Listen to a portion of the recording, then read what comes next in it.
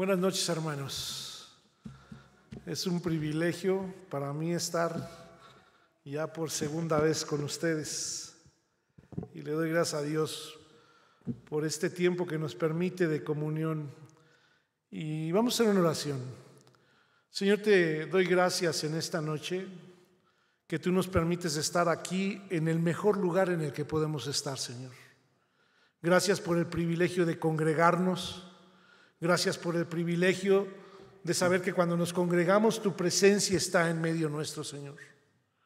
Y te pido ahora, Padre, que con la gracia que yo no tengo en mí, la gracia de tu Espíritu Santo, tomes mi vida para que esta noche, Señor, tu palabra pueda ser ministrada y nuestras conciencias y corazones puedan ser transformados. Que esta palabra produzca fe en la vida de cada uno de los que estamos aquí. En el nombre de Jesús. Amén. Pueden sentarse, hermanos. Les voy a pedir que me ayuden en esta predicación muy ágilmente a buscar algunos pasajes bíblicos.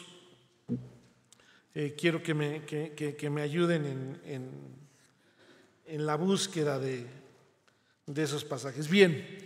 El tema de esta noche es cómo servir a Dios con humildad, con un corazón humilde.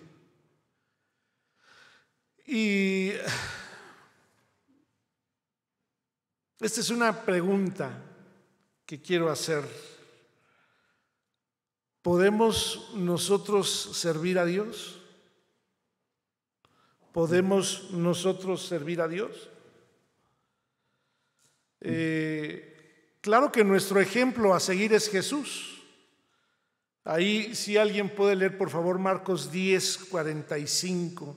Jesús declara su ministerio de servicio. Miren lo que dice ahí. Alguien, por favor, léalo. Marcos 10:45.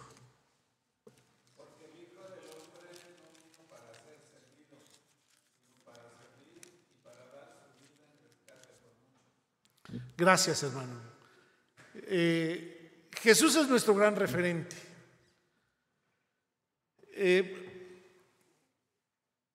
Pero cuando nosotros vemos esos referentes, es muy importante que entendamos el carácter espiritual del servicio, la esfera espiritual del servicio, que se contrasta y se contrapone con una esfera carnal, con una esfera humana.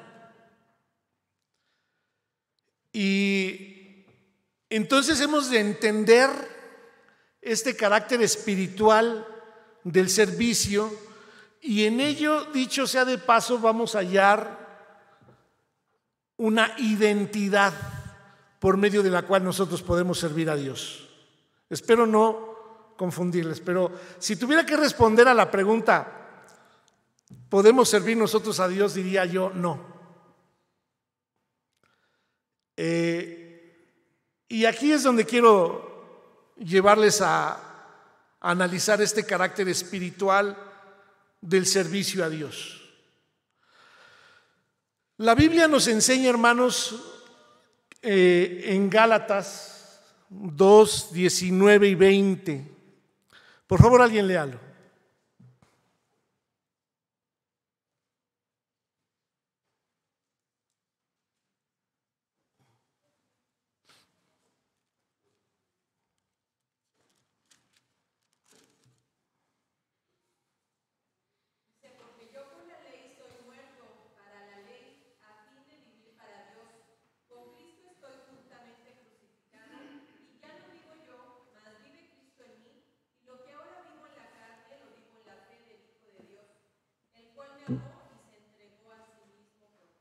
Miren qué hecho está describiendo aquí la palabra de Dios. Nos ha mostrado en estas breves palabras que el Mesías ha venido en el trasfondo de él, y que entonces la venida del Mesías ha venido a cumplir el propósito de Dios de salvar a su pueblo. Y el Mesías ha venido, ha muerto y ha resucitado. Y esto es lo que el Evangelio predica. El Evangelio predica a Cristo crucificado y resucitado. Porque en esos hechos se desprenden implicaciones tremendas para nosotros. La Biblia nos enseña en Romanos 6, Pablo hace una pregunta y dice, una pregunta, dicho sea de paso, retórica, y dice: ¿o no sabéis que habéis muerto juntamente con Cristo? Y es que la Biblia nos enseña que una de las obras que Dios ha hecho en la vida de quienes hemos creído en el Señor Jesucristo es que nos ha identificado juntamente con Cristo. Y su muerte y su resurrección son ahora nuestra muerte y nuestra resurrección, porque nosotros hemos participado de esa muerte y de esa resurrección. Miren, Dios hace trizas el tiempo y el espacio y la materia, porque Dios es eterno y no está sujeto a ello. Y quiero que analicemos un poquito este hecho de que nosotros fuimos identificados con Cristo para morir juntamente con Él y resucitar juntamente con Él. Y la primera pregunta que les he de hacer para analizar este hecho divino es: ¿dónde estaban ustedes cuando Cristo murió? No existíamos. Y por eso les digo que Dios hace trizas el tiempo y el espacio, porque Dios me invita a creer que aun cuando yo no había nacido, fui identificado con Cristo, y cuando Cristo murió, yo también morí. ¿Cuántos de ustedes saben este hecho? Miren, si yo les preguntara en esta noche, ¿cuántos de ustedes saben que todos sus pecados han sido perdonados? Levanten la mano. ¿Cuántos de ustedes saben que ustedes han muerto juntamente con Cristo? Es el mismo hecho. ¿Dónde estaban mis pecados cuando Cristo murió? No existían. Todos estaban en el futuro. Pero Dios, que es el alfa y el omega, y que no está sujeto ni al tiempo ni al espacio, avanzó en el tiempo cuando Cristo estaba muriendo y me tomó a mí desde el último día de mi vida. Vino en el corredor del tiempo hasta el principio de mi vida, y toda la experiencia de vida que he tenido yo la tomó y la puso en Cristo para que yo muriera juntamente con Cristo. De tal manera que yo fui crucificado con Él y fui sepultado también con Él. Morí juntamente con Él. Yo les he explicado este hecho. Si yo pongo esta hoja dentro de la Biblia, ¿qué pasa con la hoja si la Biblia se quema? La hoja se quema, porque lo que le pase a la Biblia le va a pasar a la hoja estando en Él. Dios me puso en Cristo para que todo lo que yo soy en relación a mi vieja existencia sin Cristo, a la existencia del viejo hombre, fuera crucificada y llegara a tener un fin, llegara a morir juntamente con Cristo. Yo morí, mi viejo hombre murió, posicionalmente murió, juntamente con Cristo. La Biblia me enseña que Él fue al Calvario, entregó su vida, derramó su sangre, fue sepultado, pero al tercer día se levantó de la tumba. ¿Y saben una cosa? El día que Jesús se levantó de la tumba, no se levantó solamente Él, pues nosotros también hemos sido unidos en su resurrección. De tal manera que nos hemos levantado juntamente con Cristo, todos los que en la eternidad pasada fuimos escogidos por Dios para pertenecer a Él, morir y resucitar en Él. Y eso te incluye a ti. Tú has muerto, pero hoy eres un vivo de entre los muertos, así dice Romanos 6. ¿Y por qué has muerto y por qué has resucitado? Te he explicado la mitad de esta parte. Porque todo lo que pertenece a ti, a la vieja creación, tenía que morir juntamente con Cristo. Dios ha mostrado que su propósito eterno es levantar una nueva creación en Cristo. Y para levantar una nueva creación en Cristo, primero se hace necesario darle fin de manera cósmica a una vieja creación. Ocupo esta palabra cósmica para referirme a lo todo abarcador que fue o que significó la cruz de Cristo para toda la vieja creación, para esta presente era malvada. Toda esa creación llegó a su fin cuando Cristo murió y nosotros juntamente con ella en relación a lo que éramos antes de venir a Cristo. La cruz de Cristo, mis queridos hermanos, es el arma de destrucción masiva más grande del universo. Ha acabado con toda una creación. Llegó a su fin. Pero la resurrección de Cristo, en Él, ha levantado una nueva creación. El fin de los tiempos ha invadido esta presente era. El fin de los tiempos se ha puesto en marcha desde que Jesús resucitó, desde que Jesús vino como el Mesías. El futuro ha invadido este presente y ha marcado el cambio de las eras. De tal manera que Jesús se ha levantado de la tumba y ha levantado toda una nueva creación de manera cósmica también. Miren este pasaje.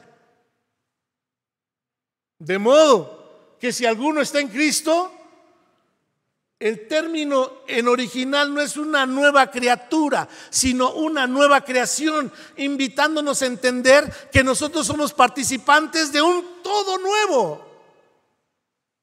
De tal manera que para nosotros, aunque aún estamos en esta presente era malvada, las cosas viejas han pasado y aquí todas han sido hechas nuevas. Gálatas nos está diciendo, en el entorno donde Pablo está escribiendo a Gálatas, está tratando de explicarle a Pedro en un conflicto que tiene con él por definir quiénes son ahora el pueblo de Dios, el renovado, el radicalmente renovado pueblo de Dios. Porque Pedro está defendiendo una vieja posición de la vieja creación, donde el pueblo de Dios se definía por la obediencia a la ley y la circuncisión. Y entonces está rechazando que los gentiles de Antioquía de Siria puedan sentarse a participar de la mesa con ellos sin ser contaminados. Pues ahora ellos han venido a ser parte del pueblo de Dios. Y entonces Pablo, para responderle a Pedro, no le responde qué es lo que hace nuevo a los gentiles, sino qué es lo que hace nuevo a los judíos para pertenecer al pueblo de Dios. Y le dice: nosotros ya no somos parte del pueblo de Dios por la circuncisión ni la obediencia a la ley, sino porque desde que vino el Mesías en cumplimiento de las promesas del Antiguo Testamento, ahora somos pueblo de Dios, quienes hemos muerto y resucitado juntamente con Él. Le está describiendo: ya no vivo yo. Todo lo que yo era en relación a la pertenencia a esa vieja creación llegó a su fin.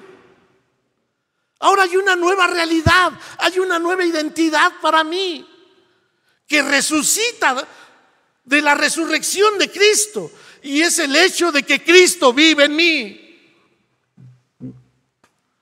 Digámoslo así, Pablo les dice a los Gálatas que vuelve a sufrir dolores de parto.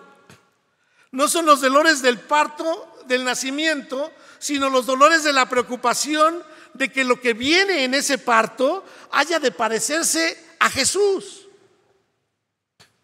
Es la preocupación de que ese bebé tome forma de Cristo. ¿Por qué? Porque el resultado de esa muerte y de esa resurrección, cuando nosotros vemos lo que ha surgido, es algo nuevo. Es una nueva humanidad. Es una nueva creación. Es un nuevo hombre. Dios ha levantado en nosotros una nueva identidad, un nuevo hombre, una nueva sociedad, una nueva humanidad. Nosotros ya no somos la vieja humanidad. Nosotros ya no pertenecemos a la vieja humanidad. Nosotros ya no pertenecemos a la raza humana propiamente dicho, a esa raza caída. Pues Dios ha hecho algo nuevo al unirnos en su muerte e identificarnos en su resurrección, al morir nosotros y resucitar nosotros. Dios nos ha levantado con una nueva identidad que tiene características totalmente distintas a la vieja humanidad. ¿Sabe que de hecho eso fue lo que usted hizo cuando se bautizó? ¿Dar testimonio de este hecho? ¿Cuántos saben que cuando se bautizaron dieron testimonio público de que habían muerto a lo que eran y que se habían levantado juntamente con Cristo como una nueva criatura? Por eso bajamos a las aguas, para representar nuestra muerte, a la pertenencia a este presente era malvada. Nosotros ya no pertenecemos a este mundo. Nosotros ya no somos parte de este mundo. Nos hemos levantado para pertenecer a un ámbito y una esfera totalmente diferente, totalmente celestial y eterna, no temporal y terrena. Y eso, mi querido hermanos, empieza a configurar una nueva identidad, un nuevo hombre que debemos de entender y conocer profundamente. Una de las desgracias más grandes de la iglesia de hoy en día es ver a cristianos sirviendo al Señor bajo los patrones de su vieja humanidad y no bajo los patrones de su nueva humanidad. Por eso hay líderes resentidos.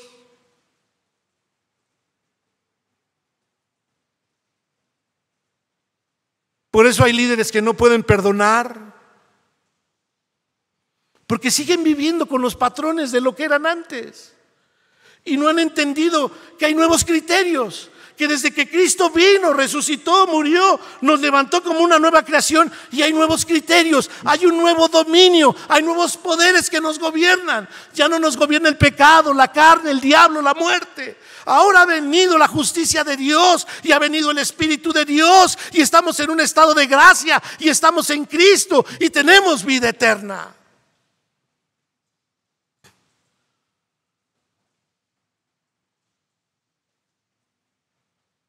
De tal manera que tenemos que aprender a vernos a nosotros mismos con la nueva definición que el Evangelio nos da de nosotros mismos. Y esta es una lucha, hermanos, todos los días. Todos los días usted tendrá que defender un bastión para creer lo que Dios dice de usted y no creer lo que el diablo dice de usted. Para no mirar lo que usted ve y lo que usted siente, sino para caminar en fe, sabiendo lo que Dios ha hecho de usted.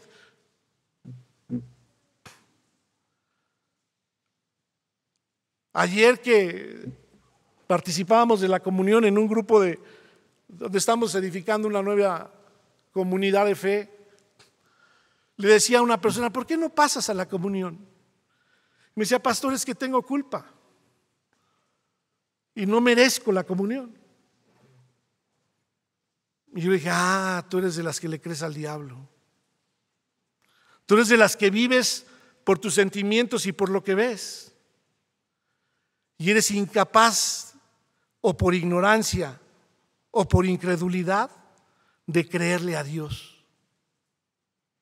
y saber que para ti es la comunión, no porque eres perfecta, sino porque con ella das testimonio de que la sangre de Cristo sigue siendo poderosa para perdonar todos los días tus pecados.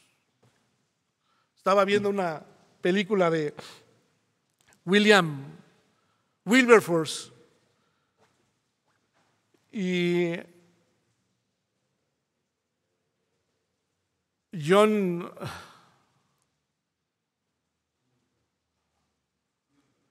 Newton. Y hay una parte donde John Newton le dice a Wilberforce: mira, yo ya estoy perdiendo mi memoria. Él estaba en una lucha terrible en el Congreso por abolir la esclavitud, y John Newton había sido un esclavista perverso. Describe en sus memorias cómo a los esclavos que caían al agua en los barcos de esclavos los jalaban con los ganchos con los que jalaban a los peces, que eran unas garras, unos garfios que literalmente les cortaban la carne.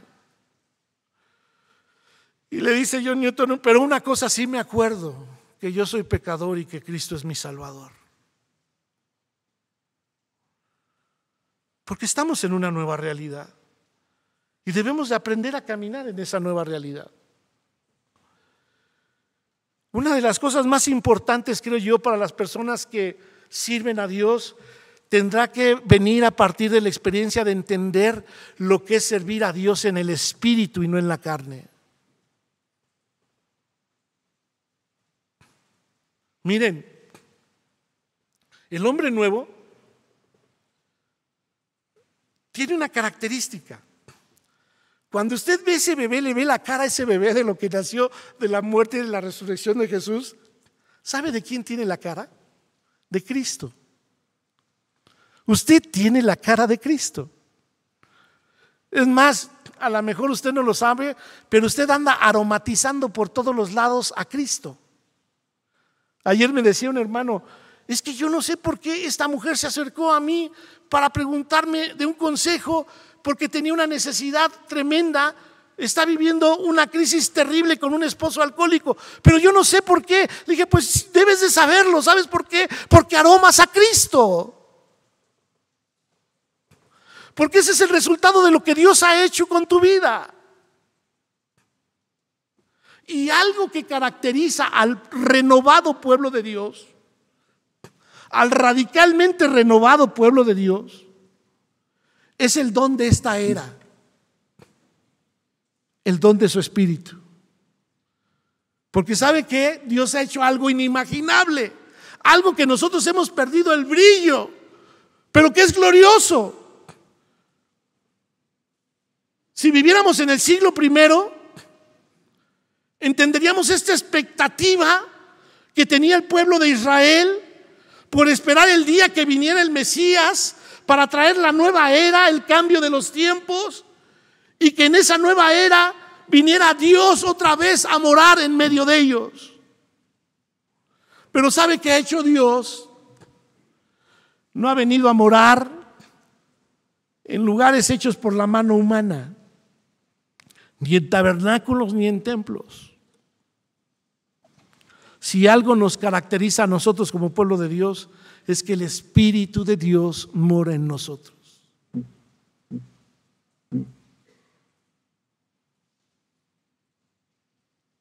Y esto, hermanos, es algo innovador, inesperado, inimaginable. Solo el pensamiento de Dios y su poder y su sabiduría podían hacer que tal cosa sucediera en medio de nosotros.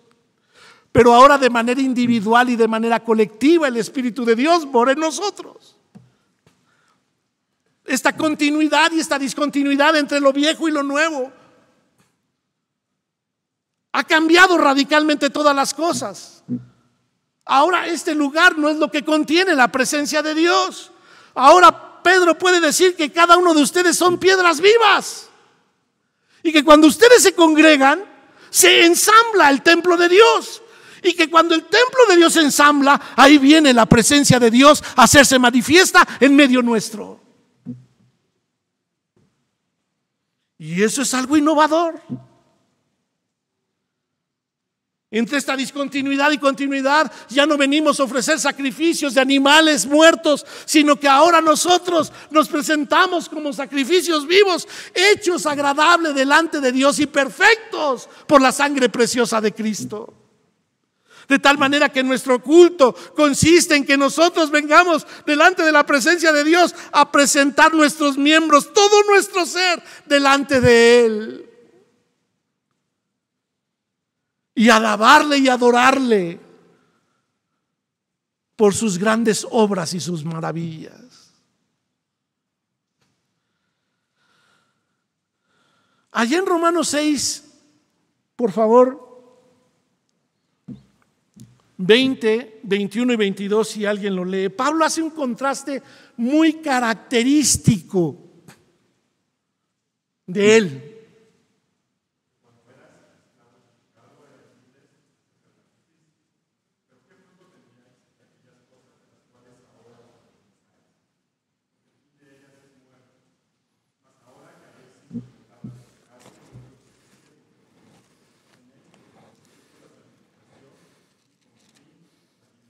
Mire el contraste.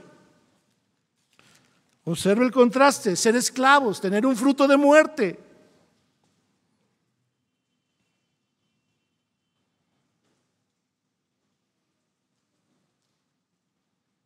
Ser esclavos. Y el 22 dice: mas ahora que habéis sido liberados. Miren, Dios nos trasladó de un reino de esclavitud, de una creación en las que los poderes del pecado, la muerte, el diablo, la carne como modo de existencia en oposición a Dios, nos dominaban y nos gobernaban. Y nos trasladó a un reino, al reino de su amado Hijo, al reino de luz al que ahora pertenecemos, y en ese reino nosotros somos libres. Pero note una característica: y habiendo sido libres, dice, liberados del pecado y hechos siervos de Dios. Nosotros servíamos a la injusticia. Nosotros éramos por naturaleza, de hecho, hijos de ira. Pero Dios en su muerte y en su resurrección es como un arca de Noé. Nos ha trasladado de ese reino a este reino, y aquí hay un nuevo dominio, un nuevo gobierno, una nueva identidad, nuevas características. Hemos sido hechos libres del dominio judicial del pecado. Y todos y cada uno de nosotros, los que hemos venido a Cristo, ahora somos siervos de Dios. Dice allá en 2 de Corintios, antes de este pasaje, que por todos murió y luego todos murieron, para que los que viven ahora, habiendo recibido el efecto de esa muerte, no vivan para sí, sino vivan para aquel que murió y se entregó por ellos. De tal manera que todo creyente que ha nacido de nuevo es un siervo de Dios. Hay una nueva identidad. Y aquí vamos aterrizando al servicio. Todos en esta nueva realidad podemos ser siervos de Dios, cuando hemos entendido lo que Dios ha hecho por nosotros. Todos en nuestra nueva identidad entendemos que el Espíritu de Dios mora en nosotros.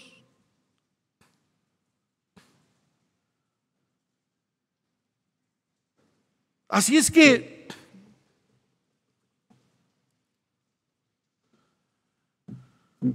debemos entender esta nueva identidad. Pablo, allá en 2 de Corintios 10, por favor, 2.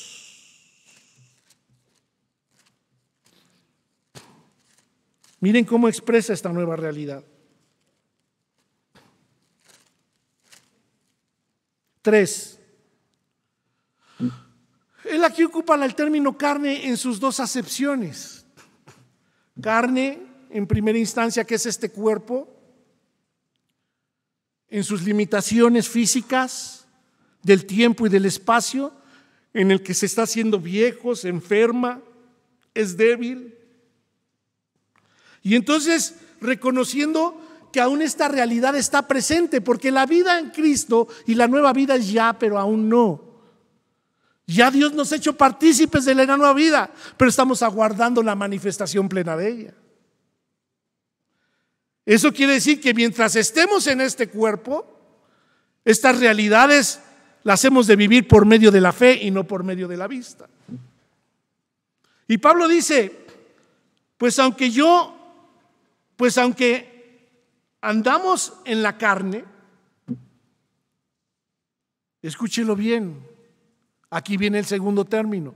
Este término ya no tiene que ver en referencia a las limitaciones del cuerpo físico, sino a un modo de existencia en oposición a Dios, que es enemigo de Dios. Y entonces, pues aunque andamos en la carne, ya no militamos según la carne. Nuestros criterios han cambiado, hermanos. Miren, cuando alguien me dice que no puede perdonar algo, está negando una realidad. Se está identificando con el viejo hombre y no con el nuevo, porque él en esencia es perdón de Dios. Me contaba un hermano Raúl de la O, un pastor en España, que una vez llegó un hombre a su oficina y dijo: pastor, le vengo a decir que yo ya no amo a mi esposa. Y el pastor le dijo: pues ámala. Yo: no, espéreme, pastor, ¿me está oyendo? Yo ya no siento que ame a mi esposa. Pues ámala. Dice: pastor, no nos estamos entendiendo, ¿no me está escuchando? Digo: no, sí te estoy escuchando. Pero aquí hay dos cosas. Si tú no has nacido de nuevo, entiendo que no la ames. Pero si tú has nacido de nuevo, el amor de Dios mora en ti, reside en ti, es un poder dominante en ti, de tal manera que tú puedes hacer a un lado tus sentimientos en la carne y amarla como Dios te ha amado a ti.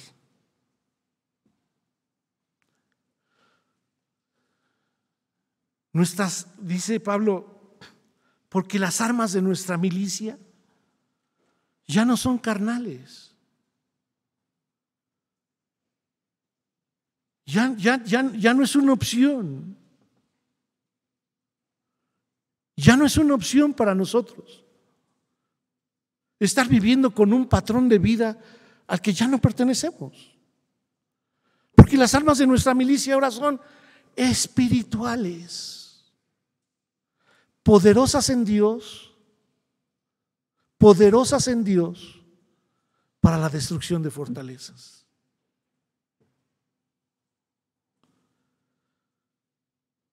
Colosenses ha de decir que nosotros somos la circuncisión, aquellos que ya no servimos en la carne, sino que servimos en el poder del Espíritu de Dios. Y es aquí donde quiero concluir, hermanos.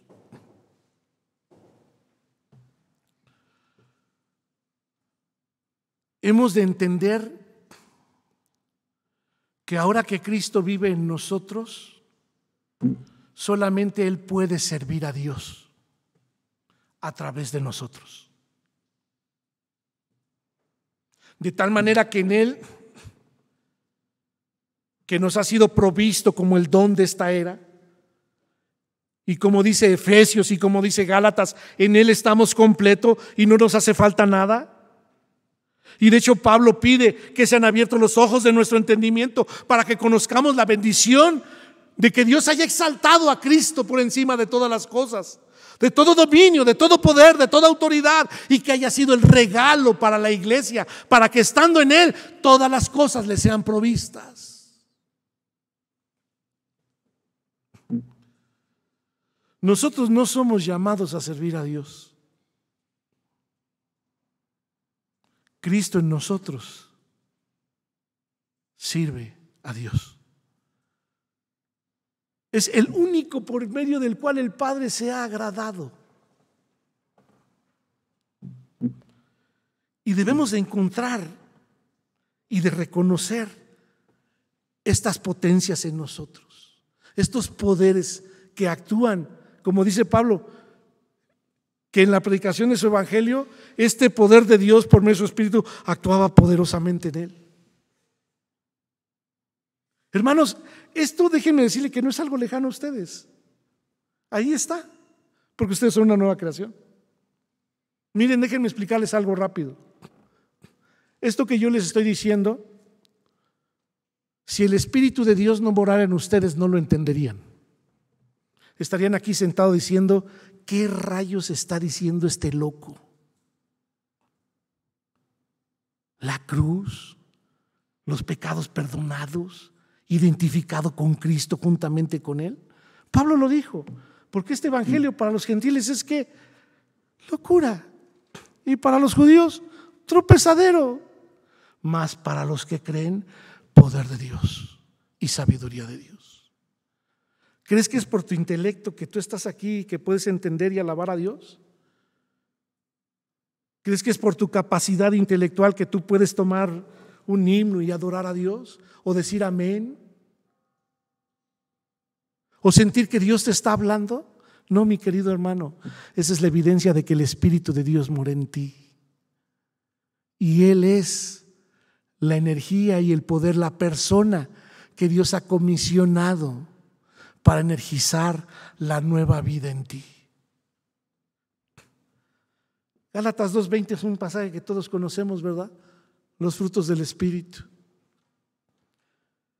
Y Gálatas nos dice que si vivimos por el Espíritu, pues nos alineemos a ese modo de existencia y sirvamos a Dios por medio de su Espíritu. ¿Se acuerdan cuando llegó esta mujer al pozo y Jesús le pidió agua? Y entonces llegó un momento donde le dijo: Señor, evadiendo la gran revelación que había hecho de ella al decirle que tantos maridos había tenido y el que tenía no era de ella. Y le digo: me parece que eres profeta. Y para evadir dijo: Señor, los judíos adoran aquí y nosotros acá, ¿dónde hemos de adorar? Y le dijo: mujer, no sabes ni de lo que hablas. Pero el tiempo ha llegado, y es ahora, en que los verdaderos adoradores adorarán, porque el Espíritu de Dios vendrá a ellos, a morar en ellos. Y de esos adoradores está buscando el Señor. Bien podríamos decir, parafraseando: mujer, el tiempo es aquí y es ahora en que los verdaderos servidores servirán a Dios por medio de su Espíritu. Eso es incendiario, hermanos. El fuego del Espíritu, la presencia, la Shekinah de Dios ha venido a cada uno de nosotros, de tal manera que todo el carácter de Cristo está en nosotros.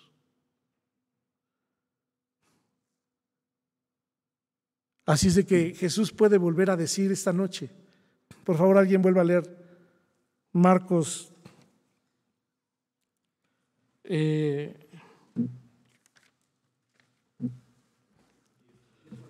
por favor, sí, 10:45. Jesús puede decir otra vez en esta noche, léanlo, alguien en voz alta.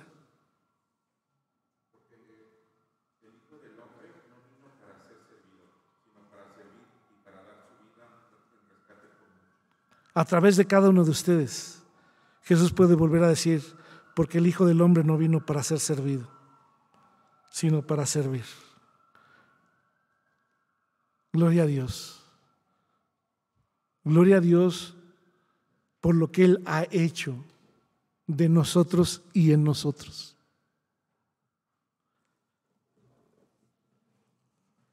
Oremos.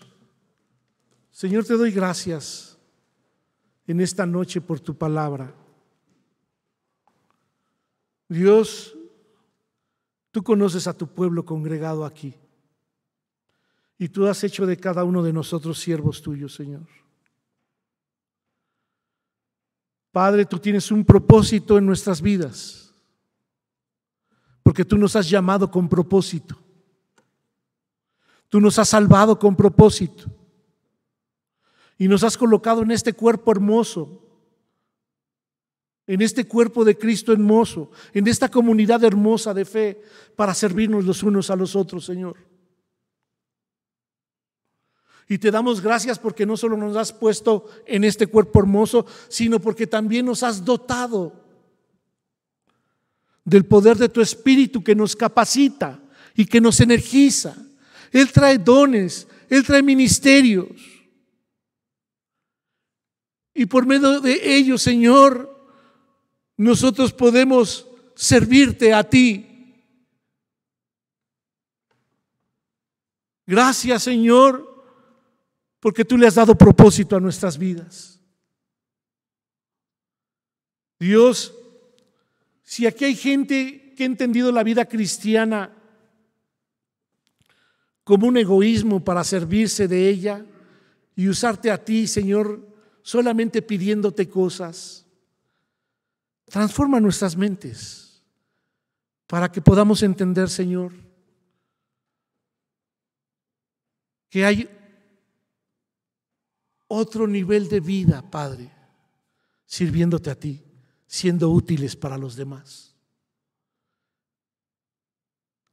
Dejando nuestro egoísmo, Señor, que es propio de nuestra vieja vida, y permitiendo que tu Espíritu, Señor, nos lleve a servir a otros con todo lo que tú eres, con todo tu amor, con toda tu humildad, con toda tu ternura, con todo tu poder, con toda tu gracia que mora en nosotros. En el nombre de Jesús. Amén. Gracias, hermanos. Dios les bendiga.